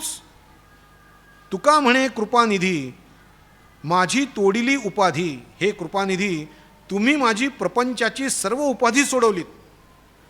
एक कुठली तरी कल्पना स्वीकारावी लागते, त्या कल्पनेला आपलं जीवन सर्वस्व बनवावं लागतं, त्या कल्पनेवरच जगावं लागतं, त्या कल्पनेचीच स्वप्न पाहावी लागतात, म्हणजे आपण जीवनात यशस्वी होऊ शकतो. स्वामी विवेकानंदांनी तुकाराम महाराजांचा हाच भाव त्यांच्या एका वाक्यात सांगितलेला आहे. इंग्लिशमध्ये ते म्हणतात, take up one idea, make that idea a part of your life, think of it, dream of it, give up all other ideas alone and that's a way to succeed in life. एक कल्पना स्वीकारा, त्याला आपलं जीवन सर्वस्व बनवा, त्यावरच जगा, त्याचीच स्वप्न पहा. जीवनात यशस्वी होण्याचा हाच एकमेव मार्ग आहे. तुकाराम महाराज सुद्धा म्हणतायत की तुझं नामस्मरण करणं ही एकच गोष्ट आम्ही करत आहोत, त्यात जरासुद्धा खंड पडून देत नाही. सचिन तेंडुलकरची मुलाखत झाली, त्यात सचिन तेंडुलकर म्हणाला, त्याला विचारलं लोकांनी, मुलाखत घेणाऱ्यांनी त्याला विचारलं की तुम्ही कसं काय यश प्राप्त करू शकलात, एवढं जगातले उत्तम क्रिकेटर कसे झालात. ते म्हणाले, मी फक्त क्रिकेटचाच विचार केला, जेवायला बसलो तरी क्रिकेटचाच विचार करायचो, कुठे गेलो तरी क्रिकेटचाच, सतत क्रिकेट क्रिकेट क्रिकेट, आणि त्याच्यामुळे मला यश प्राप्त झालं. मग यांनी जे क्रिकेटसाठी निष्ठा दाखवली ती आपण भगवंतासाठी दाखवली तर भगवंत प्राप्त का होणार नाही. टेक अप वन आयडिया, एक कल्पना स्वीकारा आणि त्या कल्पनेला आपलं जीवन सर्वस्व बनवा. अखंड हरीचं नामस्मरण करणं हे माझं काम आहे, इतर कुठलंच मला कर्तव्य राहिलेलं नाही. त्याशिवाय आमच्या ध्यानी मनी इतर काहीही नाही. और रिटायर झालेल्या माणसाला सुद्धा आता वाटत नाही की देवाचं नाव घेणं एवढंच माझं आता काम आहे, माझं इतर काही काम राहिलेलं नाही. पेन्शन मिळते ना, पेन्शन मिळते, आता लाडकी बहीण आहे, लाडका भाऊ आता नाही आहे, पण सगळं मिळतं आहे, पण देवाचं नाव घेणं एवढंच माझं काम आहे असं काही अजून वाटत नाही. थोडं जरा मुलीचं लग्न व्हायचं आहे, मुलाचं काय संसार सुरू व्हायचा आहे याचीच चिंता राहते. देवाचं नाव घेणं एवढंच माझं काम आहे अशी भावना आपली होत नाही. हे खरं आपलं सगळ्यांचं दुर्दैव आहे. म्हणून सिद्ध पुरुषांची जी लक्षणं दिसतात ती आपल्या साधनेची आलंबनं असतात, ती आपल्या साधनेची आलंबनं असतात. तुकाराम महाराजांच्या गाथेमधनं आपण आलंबनाची साधनं जर काढली, आलंबनाची साधनं जर काढली तर मला वाटतं की गाथे एवढाच मोठा ग्रंथ होईल त्याचा. एवढी आलंबनाची साधनं भगवंतांनी सांगितलेली आहेत. तुकाराम महाराज म्हणतात, हरिवीण जिणे व्यर्थची संसारी, प्रेत अलंकारी मिरवित. देवाच्या शिवाय जगणं म्हणजे हे शरीर जणू एक प्रेताला अलंकार घातल्यासारखं आहे म्हणतात. संत एकनाथ महाराज म्हणतात, हरिबोला देता हरिबोला घेता, भांडता कांडता हरिबोला म्हणतात. सारखा देवाचं नामस्मरण घेत राहा. या सगळ्या पायऱ्या आहेत पूर्ण करण्याच्या. या सगळ्या पायऱ्या पूर्ण करून एक भगवंताचं नावच माझ्या डोक्यामध्ये सतत राहायला पाहिजे अशी अवस्था प्राप्त होऊ शकते. नाम घेत आहोत. आता आम्ही आमच्या प्रपंचातल्या इतर सर्व उपाधी सोडून देऊ आणि तुझं नाव घेऊ. प्रपंचातल्या उपाधी आम्हाला नकोत. प्रपंच ही उपाधी वाटते का आपल्याला? आपल्याला भगवंताचं करणंही उपाधी वाटते. म्हणजे इथल्या लोकांना नाही, आम्ही तिकडच्या लोकांबद्दल बोल. भगवंताचं करायला उपाधी वाटते. एखादं जर काम निघालं तर पहिली चाट आपल्या साधनेला बसते. काही काम निघालं तर आपण म्हणतो ठीक आहे, देवपूजा नाही झाली तरी चालेल, आज दुसरं काहीतरी करू. पहिली चाट तिथे बसते. उपाधी ही परमार्थ वाटते, प्रपंच ही उपाधी वाटणं हे या ठिकाणी महत्त्वाची गोष्ट आहे. रामकृष्ण म्हणतात, प्रपंच दाईसारखा करावा आणि परमार्थ आईसारखा करावा असं ते म्हणतात. प्रपंच दाईसारखा करावा म्हणजे काय? आपल्या घरामध्ये काम करायला एक बाई येते आणि ती बाई त्या जोपर्यंत आपल्या घरात असते तोपर्यंत आपल्या मुलाला ती स्वतःचाच मुलगा आहे असं समजून त्याच्याशी सगळे लाड करते. आमचा राजू असं करते सगळे. कोणी आलं तर म्हणते हा बघा आमचा राजू. पण संध्याकाळी 5 वाजले की ती म्हणते हा राजू आमचा नाही आहे, माझा राजू माझ्या घरी आहे. आणि ती 5 वाजल्यानंतर ती या राजूला ठेवून देते ज्या अवस्थेत आहे तिथे आणि स्वतःच्या घरी जाते. याला म्हणायचं दाईसारखा संसार. म्हणजे दाईसारखा संसार करा. संसारामध्ये भगवंताची आठवण झाली की संसार त्या ठिकाणी आहे तिथं सोडून द्या. आता माझी आरतीची वेळ झाली, आता मी तुझ्याबरोबर येणार नाही. घरात पाहुणे आलेले आहेत, 6:30 वाजता रामकृष्ण मठामध्ये आरतीला जायचं आहे आणि पाहुणे नेमके 6ला आलेले आहेत. आणि पाहुणे 6ला आल्यानंतर आपण त्यांना जर म्हटलं नाही आता तुम्ही आलायत, राहू दे आता आरतीला जात नाही. प्रपंच उपाधी वाटली पाहिजे. त्यांना असं म्हटलं पाहिजे की आता मी आरतीला जातो, तुम्ही पण माझ्याबरोबर चला, अर्धा तास आपण आरती करू आणि नंतर परत घरी येऊन मग गप्पा वगैरे आहेतच, त्याला काय एवढं. म्हणून ते म्हणतात प्रपंच दाईसारखा करा आणि परमार्थ आईसारखा करा. म्हणून या ठिकाणी आपल्याला हाच भाव या अभंगामध्ये दिसतो. अभंग क्रमांक 1824मध्ये 11पर्यंत वेळ आहे ना, मला 11 वाजेपर्यंत. 1824मध्ये महाराज म्हणतायत नव्हे काही कवणाचा भाव जाणवला साचा. महाराज म्हणतात मी कोणाचाही नाही हे मला पक्क कळून आलं आहे. फार महत्त्वाची गोष्ट आहे बरं का. मी या जगात भगवंत सोडला तर इतर कोणाचाही नाही, भगवंत सोडला तर माझं या जगात कोणी नाही, हा भाव त्यांचा पक्का कळून आला म्हणतात ते. म्हणून माझ्या पायी म्हणून तुझ्या पायी जीव ठेविला निश्चयी. हे देवा, यासाठी मी माझा जीव तुझ्या पायाच्या ठिकाणी अर्पण केलेला आहे. शरीर जायाचे कोपट त्याची काय खटपट. शरीर हे गवताच्या खोपट्याप्रमाणे मोडून जाणार आहे, म्हणून त्या शरीराला जतन करण्याची खटपट कशाला करायला पाहिजे. तुका म्हणे वाया विण देव कळो आला शिण. देवा, हा सगळा मायेचा पसारा मला कळून आलेला आहे आणि त्याच्या देखभालीमध्ये माझा व्यर्थ श्रम खर्च होत आहेत हे सुद्धा मला कळून आलेलं आहे. यालाच रामदास स्वामी म्हणतात देहे बुद्धी ते आत्मबुद्धी करावी. या संसारामध्ये जी देहबुद्धी आहे ती आत्मबुद्धी करावी. ज्ञान म्हणजे काय म्हणलं ते, पहावे आपणासी आपण या नाव ज्ञान. स्वतःचं स्वतःला पाहणं यालाच ज्ञान आहे असं ते म्हणतात. आणि ते म्हणतायत की मी जगातला कोणाचाही नाही, मी फक्त भगवंताचा आहे हे मला आता कळून आलेलं आहे.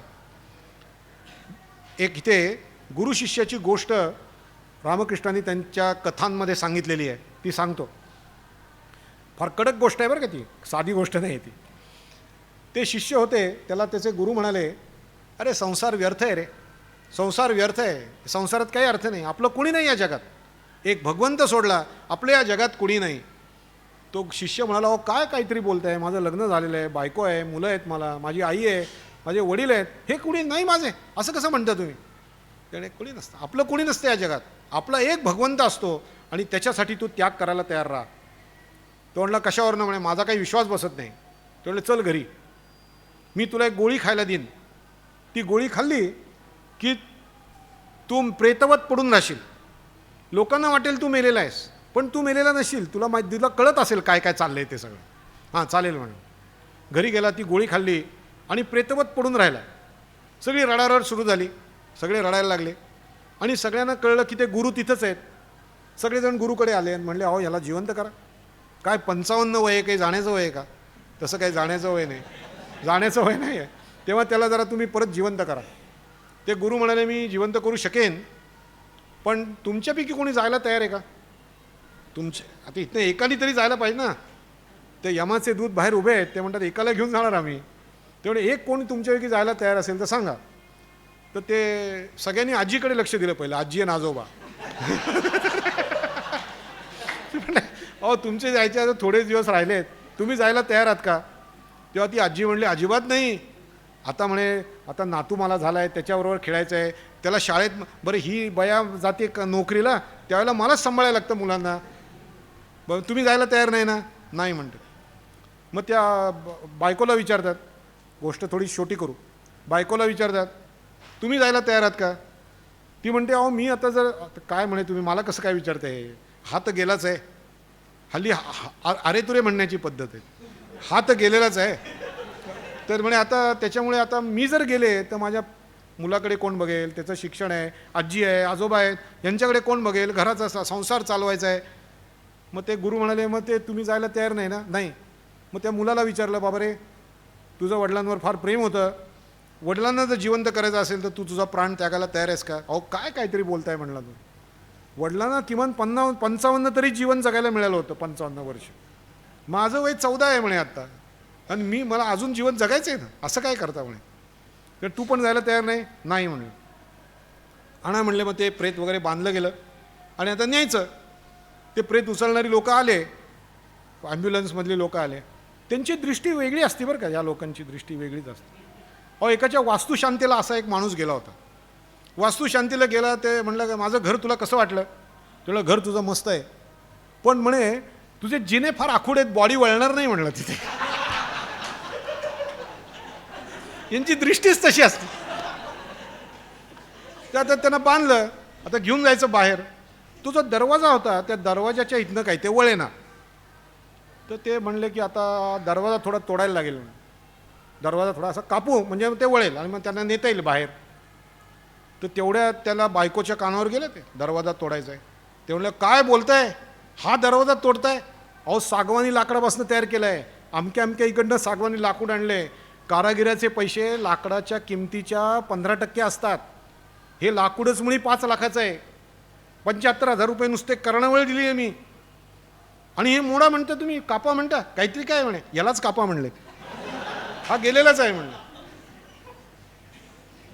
तेव्हा तो जागा झाला आणि तो गुरूंना म्हणाला की चला म्हणे, मी तुमच्याबरोबर यायला तयार आहे. जगात कोणी कोणाचं नाही, एक भगवंत आपला आहे. हे त्याला पटलं आणि तो म्हणला की जगामध्ये मला वाटत होतं माझी बायको, माझा मुलगा, माझी आई आणि माझे वडील कोणी माझं नाही, मी तुमच्याबरोबर येतो, तुम्ही सांगता तेच बरोबर आहे. एक भगवंतासाठी आता माझं जीवन मी देईन. म्हणून या ठिकाणी हा सर्व मायेचा पसारा आहे हे मला आता कळून आले आहे, हे तुकाराम महाराज म्हणतायत. आणि त्याच्या देखभालीत व्यर्थ कष्ट होत आहेत. पुढे जाऊया. अभंग क्रमांक 1825 मध्ये महाराज म्हणतायत, नेघे तुझे नाम न करी सांगितले काम. महाराज देवाला म्हणतात, मी आता मुक्त झालेलो आहे, मी आता तुझं नामही घेणार नाही आणि तू सांगितलेलं कामही काही करणार नाही. वाढे वचने वचन दोष उच्चारिता गुण. याचं कारण असं आहे की तुझ्या गुणदोषांचा उच्चार केला तर उगच बोलण्यानं बोलणं वाढतं. आता तुझ्या घरा कोण करी येरझारा.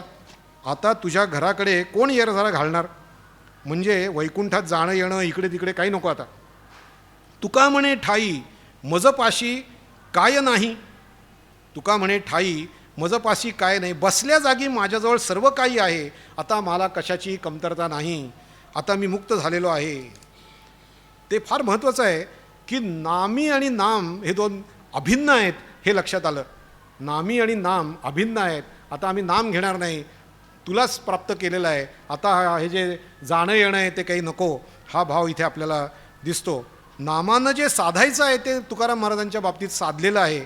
बसल्या जागी माझ्याकडे सगळं काही आहे, कशाची कमतरता नाही, असं तुकाराम महाराज इथं म्हणत आहेत.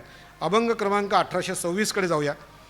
रज्जू धरुनिया हाती भेडसाविली नेणती. कळो येता चित्ती दोरा दोघा सारिखी. तुकाराम महाराजांनी एक दृष्टांत दिलेला आहे आणि तो वेदांतातला आहे. एका माणसानं हा पहा सर्प म्हणून दोरी दाखवली. हा पहा सर्प म्हणून दोरी दाखवली. शहाण्या माणसाला तो साप वाटला आणि अडाणी माणसालाही तो साप वाटला. शहाण्या माणसालाही साप दिसला, जो अडाणी होता त्यालाही तो साप दिसला. पण दोघांचाही भ्रम दूर झाला तेव्हा दोघांनाही दोरीचा सारखाच अनुभव आला. तो ज्ञानी आहे म्हणून त्याला वेगळा अनुभव आला आणि अज्ञानी आहे म्हणून त्याला वेगळा अनुभव आला असं झालं नाही. जेव्हा प्रकाश पडला त्यावेळेला दिसलं की इथं दोरी आहे, तो तिथं साप नाही आहे. आणि जो अनुभव ज्ञानी माणसाला झाला तोच त्या अडाणी माणसाला पण झाला.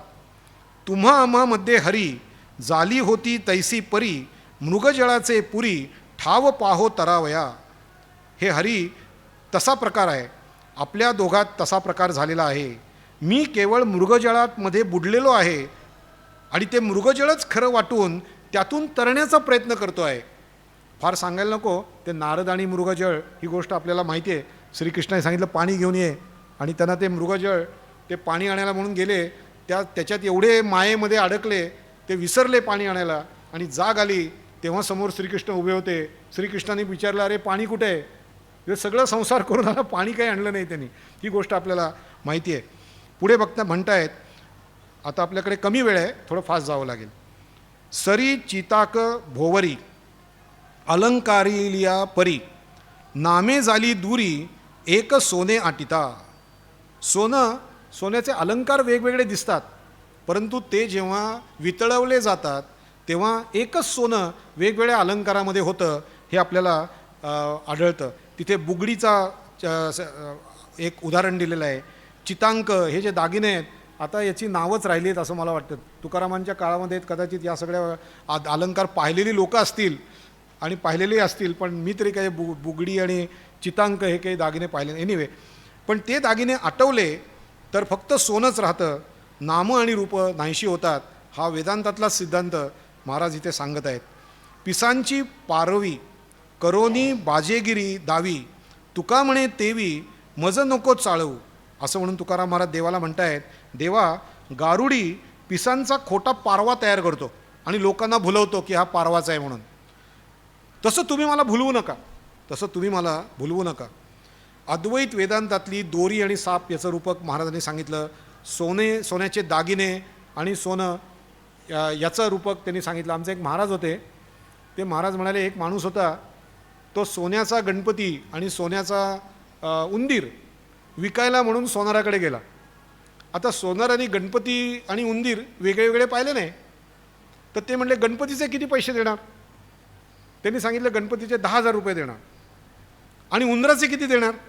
ते म्हणले उंदराचे 20,000 देणार. ते म्हणले अरे गणपती श्रेष्ठ का उंदीर श्रेष्ठ. ते म्हणले गणपती श्रेष्ठ का उंदीर श्रेष्ठ हा भाग नाही आहे, गणपतीमध्ये किती सोनं आहे आणि उंदरात किती सोनं आहे त्याच्या वजनाचा प्रश्न आहे. तेव्हा तो जो अलंकार करणारा माणूस आहे तो सोनार नेहमी त्याच्याकडे सोन्याकडे बघत असतो. गणपती जास्त किमतीचा आणि उंदीर कमी किमतीचा असं काही नाही, त्याच्यात सोनं किती आहे ते तो बघतो. हाच वेदांतातला दृष्टांत इथे दिलेला आहे. अंधार आहे, दोरी आहे, शहाणा बघतो, अडाणी बघतो, त्याला ते साप वाटतात, दोघंही घाबरतात आणि घाबरल्याच्या भीतीचा परिणाम शरीरावर होतो.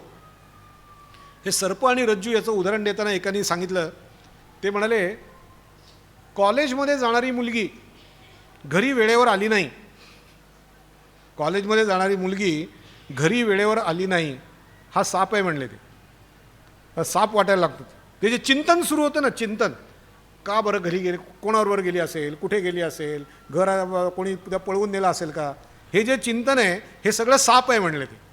आणि ती घरी येऊन जेव्हा सत्य सांगते ती खरी दोरी आहे असं ते म्हणाले. ते मग ती येऊन सांगते की अरे नाही असं नाही, मी त्या मैत्रिणीकडे गेले होते, तिच्या वडिलांनी मला इथे आणून सोडलं. मग आपल्याला कळतं अरे ते आपण काय काय चिंतन वेड्यासारखं करत होतो. एनिवे चला पुढे आता 1827मध्ये महाराज म्हणत आहेत, व्यवहार तो खोटा आता नवजो तुझ्या वाटा. महाराज देवाजवळ भांडतायत, हे देवा तुझा सारा व्यवहार खोटा आहे म्हणून आता आम्ही तुझ्या वाटेला येणार नाही. एक नामा नाही ताळा केली सहस्त्रांची माळा. तू स्वतःला हजारो नावं ठेवून घेतलेली आहेस, पण कोणत्याही नामामध्ये तू सापडत नाहीस. पाहो जाता ठाई खेळसील लपंडाई. तू लपंडाव खेळतोस, कोणत्याही जागी तुला पाहू गेलो तर तू सापडत नाहीस. तुका म्हणे चार बहु करीतोसी फार. माझ्या बाबतीत तू फारच चेष्टा करतो आहेस.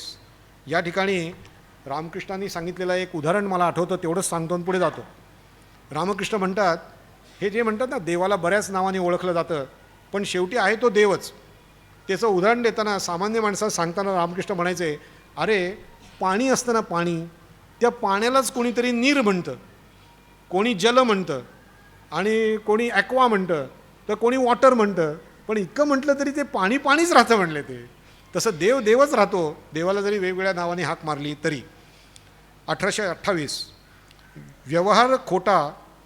मला वाटतं आत्ता झालं वाचून.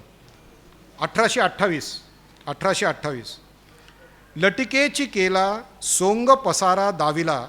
हे देवा आपण पतित पावन आहोत असं तू खोटं सांगून सोंग केलंस म्हणले, असं तू खोटं सांगून सोंग केलंस. अवघा बुडालासी ऋणे बहुतांचे देणे घेणे. ते म्हणतात असे या अभंगामध्ये तुकाराम महाराज म्हणतात आणि पुढे सांगतात ते की तू स्वस्थ बसतोस आणि भक्तांकडून सेवा घेतोस.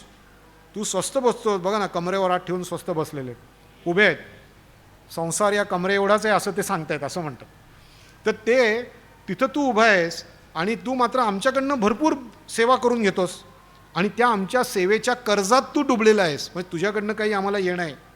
तसंच कोणी सेवा न करताही तू त्यांना दिलेलं आहेस, म्हणजे त्यांच्याकडनं काही तुला येणं आहे.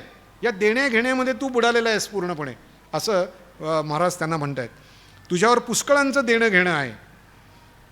लावी येला चाळा बहुदाऊनी पुतळा. आपले पुतळे दाखवून लोकांच्या मनात लोभ उत्पन्न करून तू पुष्कळांना फसवलेला आहेस की मला हा प्राप्त होईल म्हणून. तुका म्हणे हात आम्ही आवरी मात. हे पाहून तुझ्याशी व्यवहार करताना आता आम्ही आमचा हात आवरलेला आहे आणि तुझ्याबद्दल कमी बोलण्याचं ठरवलेलं आहे असं महाराज म्हणतात. भगवंताच्या भेटीची तळमळ, लटिका राग आणि सख्यभक्तीच आपल्याला या अभंगामध्ये पाहायला मिळते. अभंग क्रमांक 1829. अभंग क्रमांक 1831 पर्यंत आपल्याला या सेशनमध्ये बघायचं आहे. 7-8 मिनटं शिल्लक आहेत. मी आत्ताच परमश्रद्धेय डॉक्टर महाराजांना सांगितलं होतं की मी सिलेबस पूर्ण करणार. मागच्या वेळेला राहिलं होतं माझं सिलेबस, तेव्हा आज सिलेबस पूर्ण करणं हे फार महत्त्वाचं आहे. जाता जाता काही काही गोष्टी सांगितल्या. 1829 दाऊनी आस केला बहुतांचा नास. महाराज देवाला म्हणतात, आजपर्यंत तू बऱ्याच लोकांना आशा लावून पुष्कळांचा नाश केलास. थोटा झांडा शिरोमणी भेटलासी नागवणी, असा तू कुभांड्या आणि लबाडांचा शिरोमणी आहेस. हे केवळ तुकाराम महाराज म्हणू शकतात. हे वाचायचं म्हणून मी वाचतोय. असा तू कुभांड्या, हां, असा देवा तू कुभांड्या आणि लबाडांचा शिरोमणी आहेस, हे तुकाराम महाराज म्हणत आहेत. असा तू आम्हाला भेटलास. सुखाचे उत्तर नाही मुदलस थार. आमच्या सेवेच्या ऋणाचं मोक्षरूपी मुद्दल तुझ्याकडे आहे. त्याच्याविषयी आम्हाला आधार वाटेल असं काही सुखाचे तरी शब्द तू बोल. तुका म्हणे काय तुझे घ्यावे उरे हात हाय. हे देवा, तुझ्या नागव्याचे काय घ्यावे, आम्हाला अखेरीस हाय हायच करावे लागणार. ज्याला कर्ज दिलं आहे ना त्यांनी ते परत केलं पाहिजे. पण लबाड लोक कर्ज दिलेलं असतं ते परत करत नाहीत. सेवेचं कर्ज भगवंतांनी घेतलं आणि ते तो परत करत नाही आहे, त्याच्यामुळे भगवंताला ते लबाड म्हणत आहेत. आजपर्यंत पुष्कळांनी देवाची सेवा केली, त्याचं कर्ज देवाजवळ आहे, त्याची तो परतफेड करत नाही, हे या ठिकाणी ते सांगत आहेत. अभंग क्रमांक 1830 ठाव नाही बुड घरे वसविसी कुड. महाराज देवाला म्हणतात, हे देवा, तुझा ठाव लागत नाही, पण तू अनेक ठिकाणी घरं बसवलेली आहेस. भलते ठाई तुझा वास सदा एरवी उदास. वाटेल त्या ठिकाणी तुझा वास असतो, पण तू उदास आहेस. तू सगळीकडे आहेस पण सगळीकडे नाही, अशी स्थिती आहे.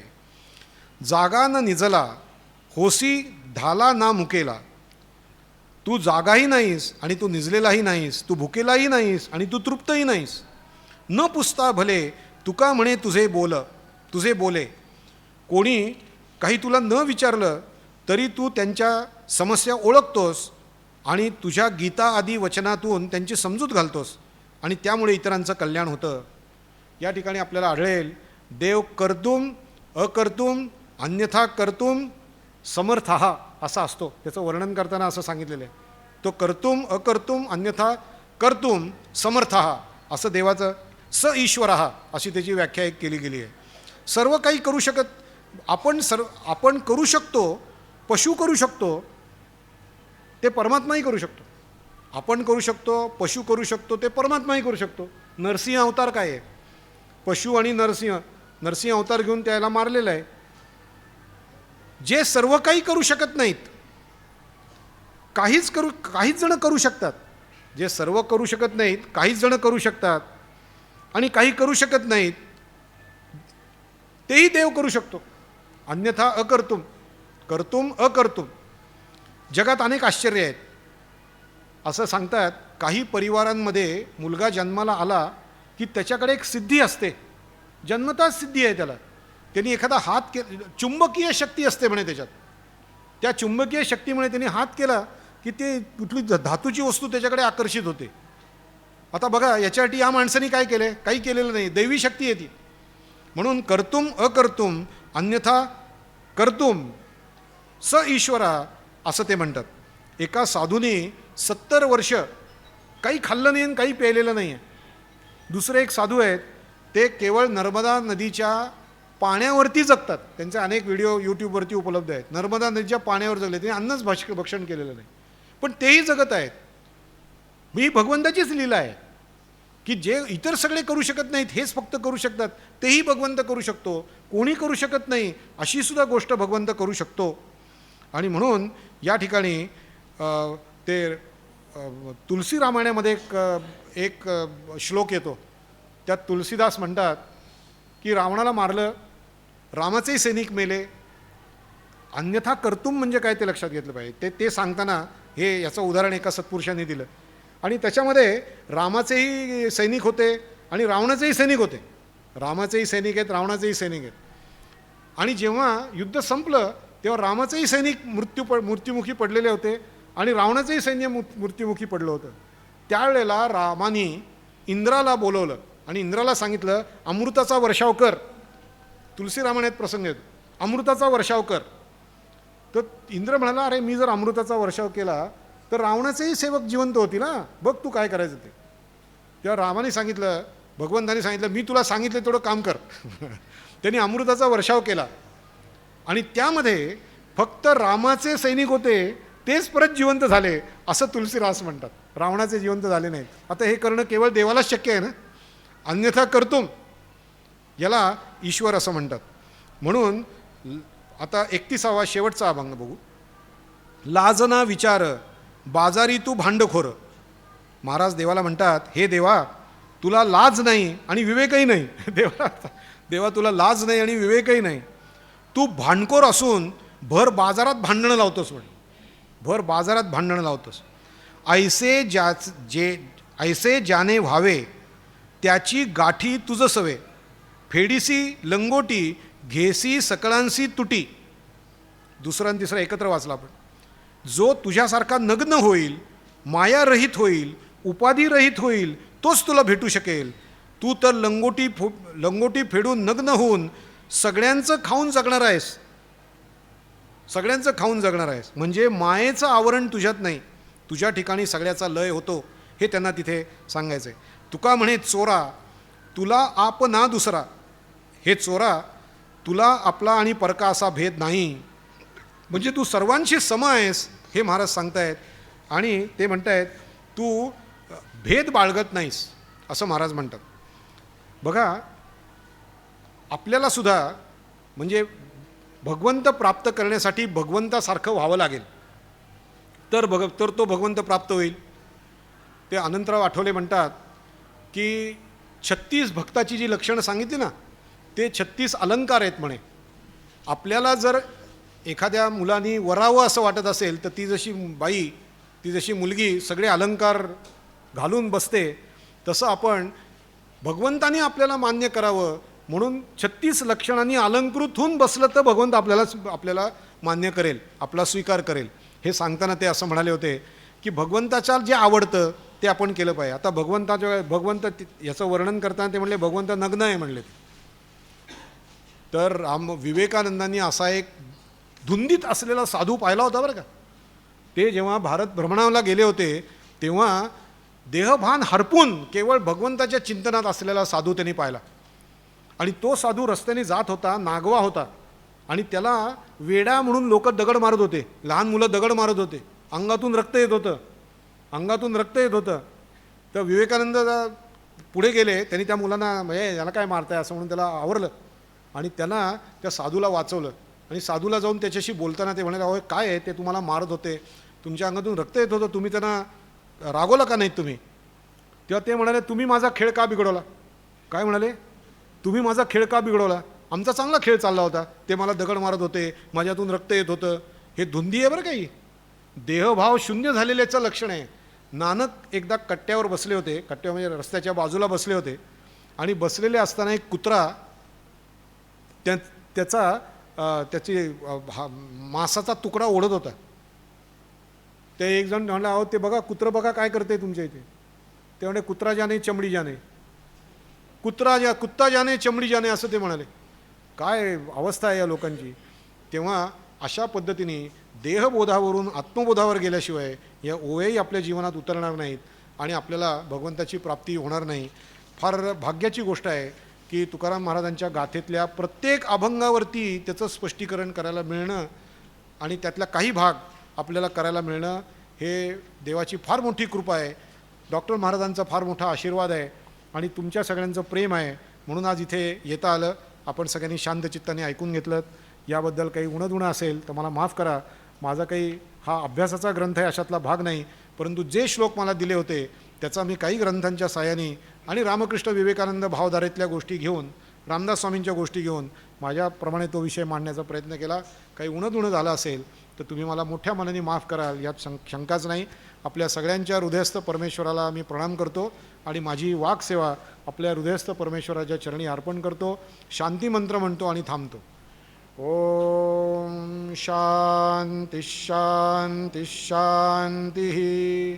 हरि ओम तत्सत. श्रीरामकृष्णार्पणमस्तु.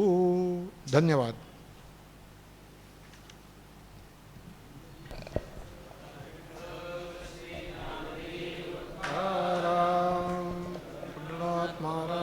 की जय.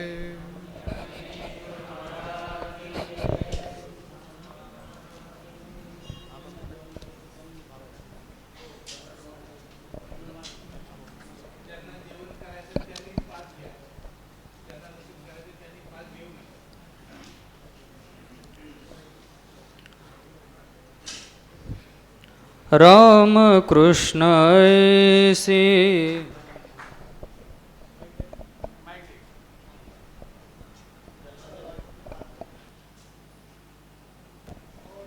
श्री विठ्ठल.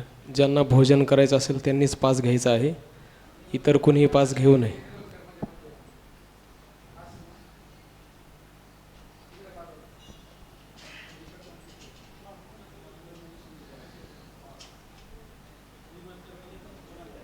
किंवा निगोजकर धर्मशाळेमध्ये जाऊ शकता.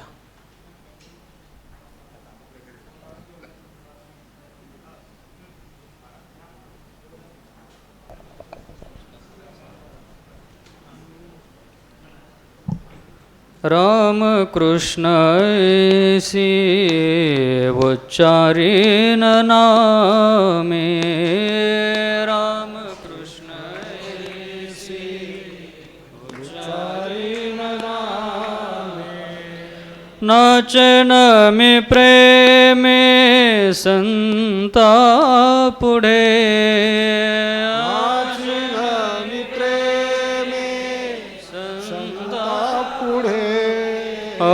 काय घडेल ते घडोया शेवटी काय घडेल ते घडोया शेवटी काय घडेल ते घडोया शेवटी काय घडेल ते घडोया शेवटी लाभाने तुटी देव जाणे लाभाणी तुटी देव जाणे काय घडेल ते घडोया शेवटी काय घडेल ते घडोया शेवटी काय घडेल ते घडोया शेवटी काय घडेल ते घडोया शेवटी चिंता मोह आशा ठेवीन निराळी चिंता मोह आशा ठेवीन निराळी देईन हा बळी जीव पायी देईल हा बळी जीव पायी काय घडेल ते घडोया शेवटी काय घडेल ते घडोया शेवटी काय घडेल ते घडोया शेवटी काय घडेल ते घडोया शेवटी लाभाने तुटी देव जाणे लाभाणी तुटी देव जाणे लाभाने तुटी देव जाणे लाभाणी तुटी देव जाणे काय घडेल ते घडोया शेवटी काय घडेल ते घडोया शेवटी काय घडेल ते घडोया शेवटी काय घडेल ते घडोया शेवटी तुका म्हणे काही उरोने दिवोरी तुका म्हणे काही वरोने देऊ रे तुका म्हणे काही वरोने देऊ रे तुका म्हणे काही वरोने देऊ रे तुका म्हणे काही वरोने देऊ रे तुका म्हणे काही वरोने देऊ रे तुका म्हणे काही उरोने देऊ रे तुका म्हणे काही उरोने देऊ रे सांडी नये थोरी वो बाळोनी सांडी नये थोरी ओ बाळोनी सांडीन हे थोरी ओ वाळोनी सांडीन हे थोरी ओ वाळोनी काय घडेल ते घडो या शेवटी काय घडेल ते घडो या शेवटी काय घडेल ते घडो या शेवटी काय घडेल ते घडो या शेवटी लाभानी तुटी देव जाणे लाभानी तुटी देव जाणे लाभानी तुटी देव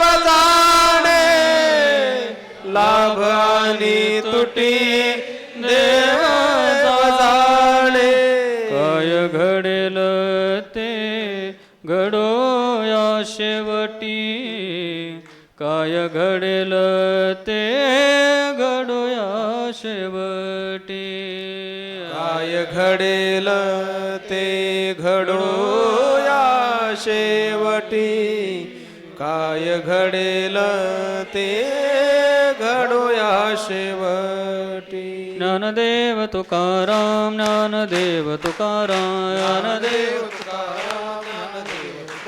ज्ञानदेव तुकाराम ज्ञानदेव तुकाराम ज्ञानदेव तुकाराम ज्ञानदेव तुकाराम तुकाराम तुकाराम तुकाराम कुंडलिक वरदारी विठ्ठल श्री ज्ञानदेव तुकाराम ज्ञानेश्वर महाराज की जय जगद्गुरु तुकाराम महाराज की जय सद्गुरु जोग महाराज की जय दुपारी बरोबर 3 वाजता सत्राला प्रारंभ होईल.